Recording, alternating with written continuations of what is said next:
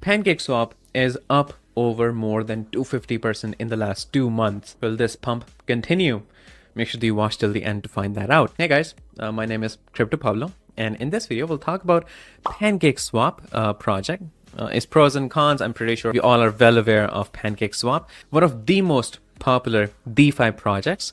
They have recently announced that they are preparing for a new proposal to reduce the supply of cake coins. Now, this is being done in an effort to significantly reduce the supply. The team will burn the tokens if the proposal is accepted. You can take a look at this Twitter post that we have. Now, after this proposal, there will be significant increase in the price of this, the altcoin. This is a mechanism that we understand. If you reduce the supply, it will increase the value of the token, and vice versa. If you increase the supply, that'll reduce the price.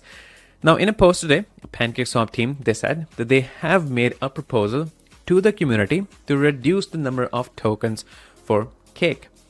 Now, accordingly, the maximum number of cake tokens, they will be reduced from 750 million to 460 million. Now, again, this is being done in an effort to move away from the inflationary policies. The team shared this proposal with the community before the final proposal. Now, the price of cake, it has increased by 20% after this offer was distributed. Now, this is the initial distribution of the cake tokens, which you can see as follows. We have 60% to PancakeSwap syrup pools for yield farmers. We have 26.2% to PancakeSwap founders and advisors. Then there's 10% to Binance Launchpad IEO sale. And there's 3.8% to strategic partnership reserves. Now, this brings us to the question, do you think that cake coins, they're worth buying? And I'll see you guys in the next video.